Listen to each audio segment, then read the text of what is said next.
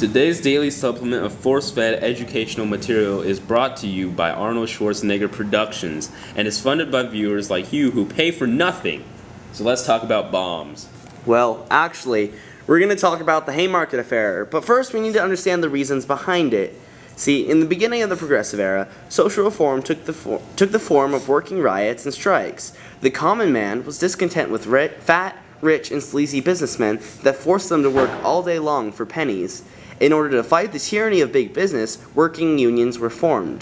The Federation of Organized Trade and Labor Unions, which was the predecessor of the American Federation of Labor, called for a nationwide movement for the 8-hour workday. Strikers would organize in huge masses to call for better wages, hours, and the abolishment of child labor. Members of the Knights of Labor organized a peaceful march of 35,000 workers in Chicago.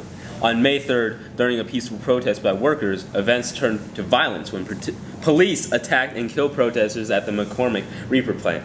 The very next day, it provoked a protest meeting in Haymarket Square.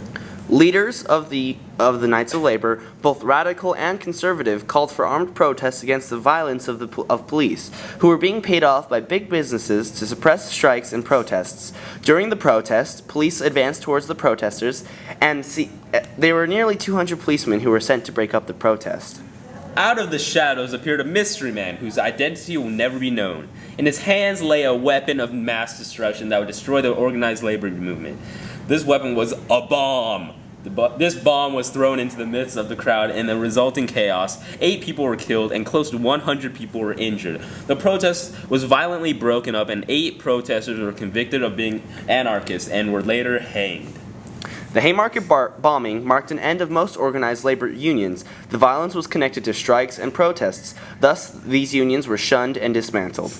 The effects of the Haymarket Affair included organized labor movements were set back for many years to come, big business passed legislation to restrict labor unions, and it also addressed issues of freedom for peaceful assembly in the First Amendment as they were challenged by police and business owners during this time.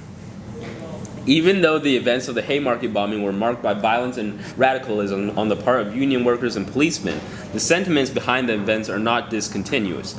Issues of freedom of assembly and fair working rights in the form of minimum wages are still strongly debated topics and will continue to be so long as a middle class exists, because the middle class always wants more money.